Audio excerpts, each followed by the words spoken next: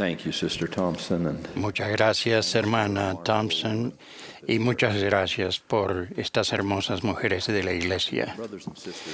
Hermanos y hermanas, mi mensaje de Pascua de Resurrección va dirigido hoy a todos, pero en especial a aquellos que están solos o que se sienten solos, o peor aún, a los que se sienten abandonados.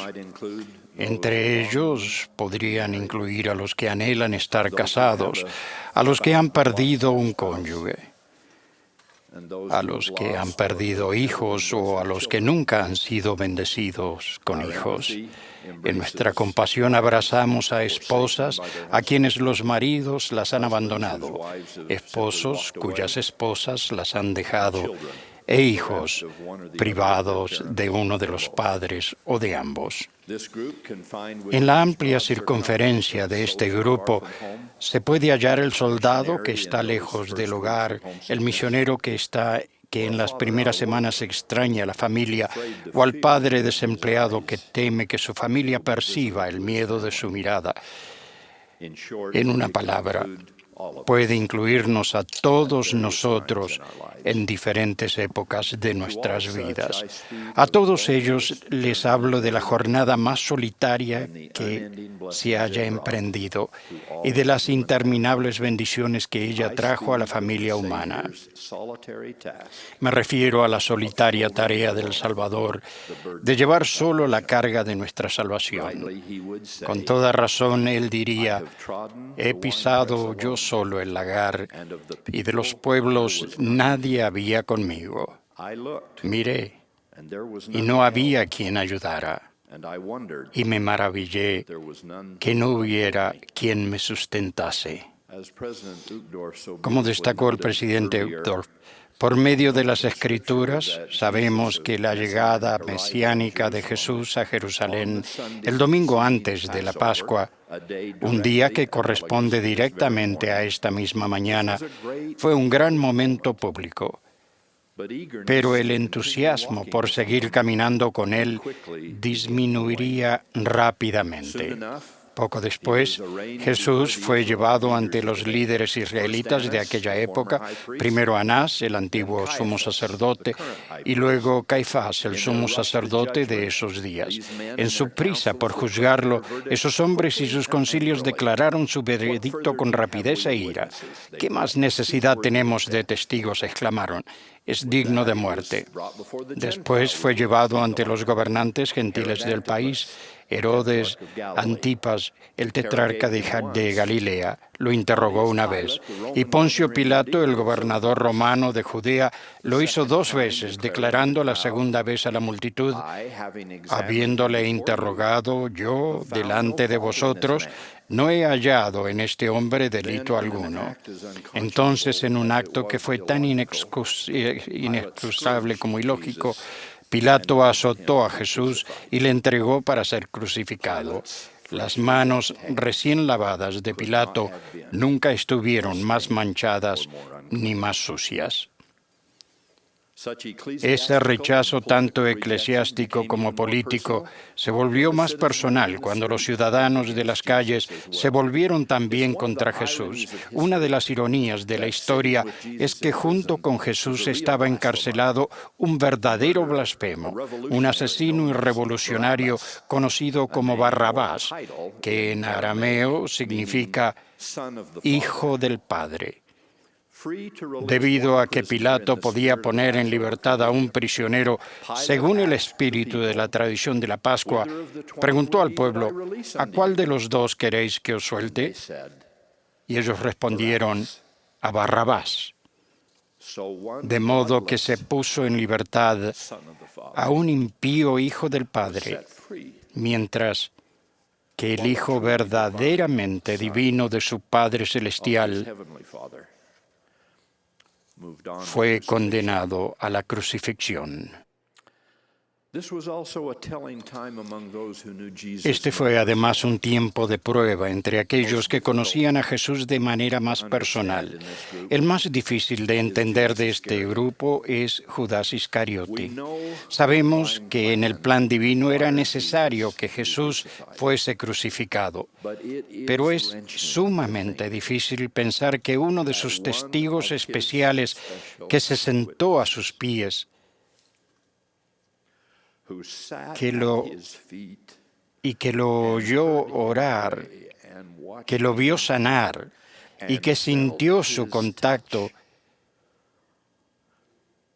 pudiese traicionarlo a él y a todo lo que representaba por 30 piezas de plata.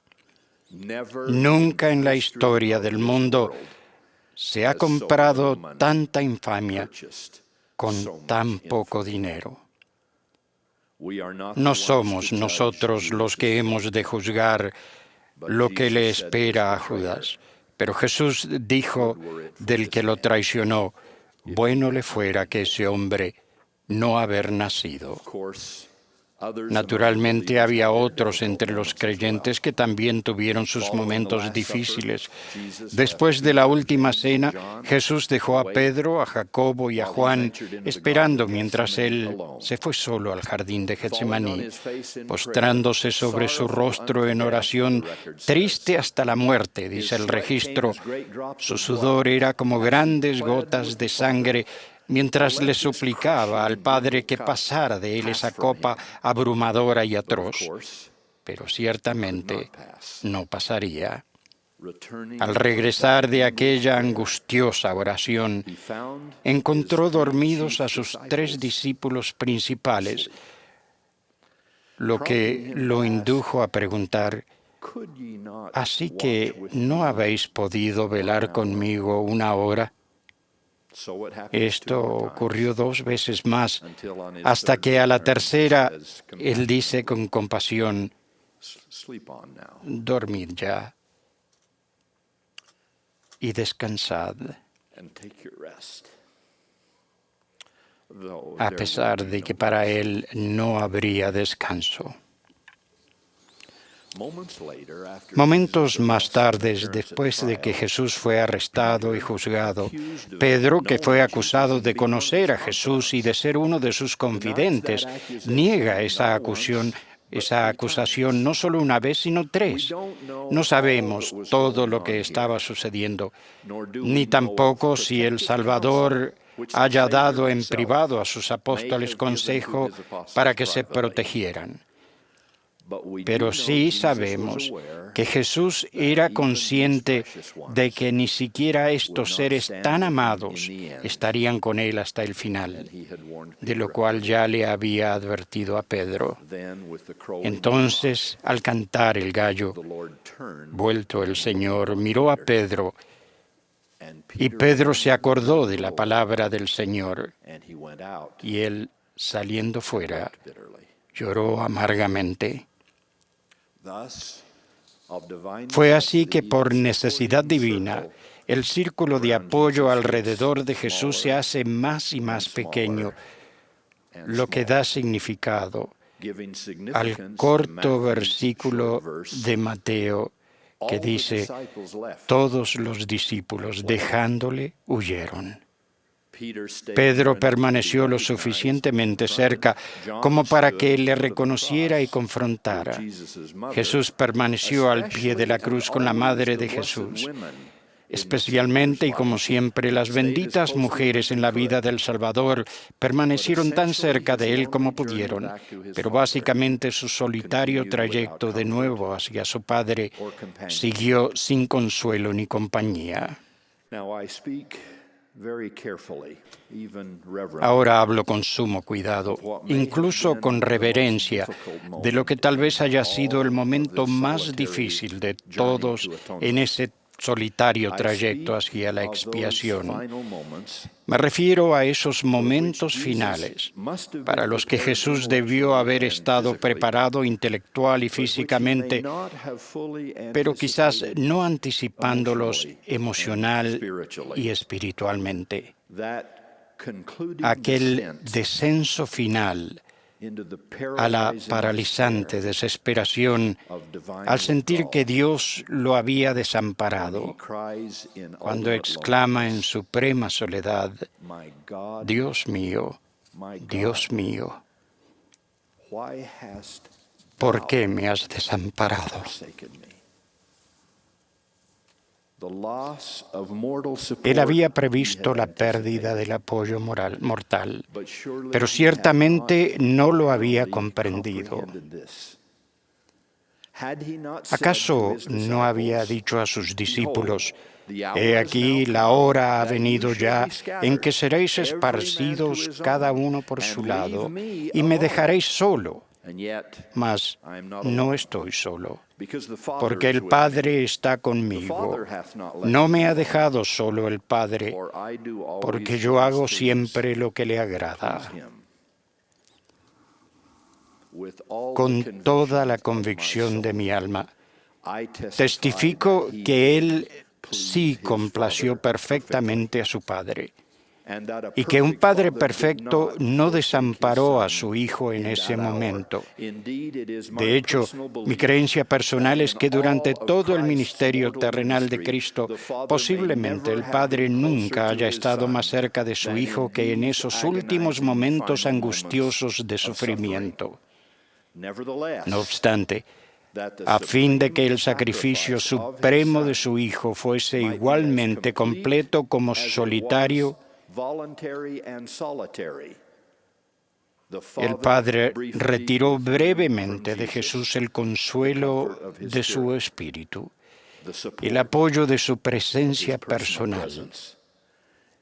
Fue necesario, de hecho, fundamental para la trascendencia de la expiación, que este Hijo perfecto, que nunca había dicho ni hecho nada malo, ni había tocado cosa inmunda, supiese cómo se sentiría el resto de la humanidad cuando cometiera esos pecados.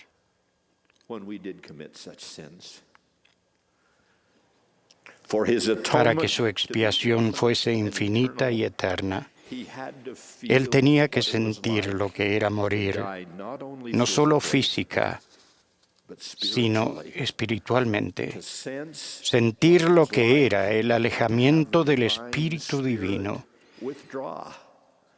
dejándolo irremediablemente y totalmente solo.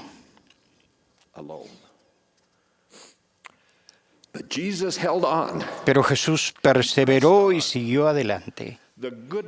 Lo bueno en él permitió que la fe triunfara en un estado de completa angustia. La confianza que guiaba su vida le indicaba, a pesar de sus sentimientos, que la compasión divina nunca se ausenta, que Dios es siempre fiel, que Él nunca huye ni nos falla. Cuando se hubo pagado hasta el último centavo, cuando la determinación de Cristo de ser fiel se manifestó de manera tan evidente como absolutamente invencible, entonces, por fin y felizmente, el sufrimiento consumado fue. A pesar de tenerlo todo en su contra y con nadie que lo ayudara o apoyara, Jesús de Nazaret, el Hijo viviente del Dios viviente, restauró la vida física donde la muerte había prevalecido y trajo gloriosa redención espiritual tras horrenda oscuridad y desesperación.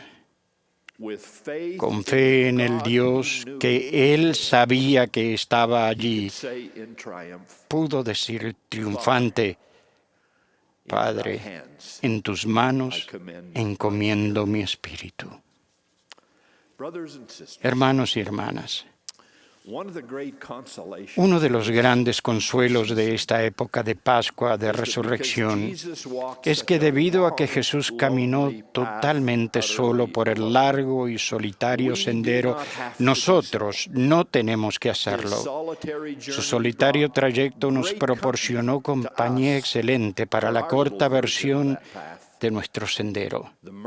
El misericordioso cuidado de nuestro Padre Celestial, la inefable compañía de este amado Hijo, el excelente don del Espíritu Santo, los ángeles del cielo, familiares a ambos lados del velo, profetas y apóstoles, maestros, líderes y amigos, se nos han dado todos estos compañeros y más para nuestro trayecto terrenal a causa de la expiación de Jesucristo y la restauración de su Evangelio. La verdad que se pregonó desde la cima del Calvario es que nunca estaremos solos ni sin ayuda, incluso si a veces pensamos que lo estamos.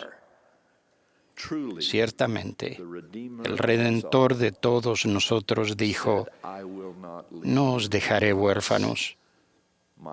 Mi Padre y yo vendremos a vosotros y moraremos con vosotros». La otra súplica que tengo para esta época de la Pascua, hermanos, es que esas escenas del solitario sacrificio de Cristo, marcados con momentos de negación, abandono y al menos una vez con rotunda traición, nunca sea repetida por nosotros. Él ya caminó solo una vez. Ruego que Él nunca tenga que volver a confrontar el pecado sin nuestra ayuda y socorro. Que nunca vuelva a encontrar solo espectadores indiferentes cuando nos vea a ustedes y a mí a lo largo de la vía dolorosa de Él en nuestros días. A medida que se acerca esta Semana Santa, el jueves de Pascua con su Cordero Pascual, el viernes expiatorio con su cruz, el domingo de Resurrección con su sepulcro vacío. Ruego que declaremos que somos plenos discípulos del Señor Jesucristo, no solo en palabra o en la afluencia de tiempos de comodidad, sino en hechos, en valor y en fe, incluso cuando el sendero sea solitario y cuando nuestra cruz sea difícil de llevar.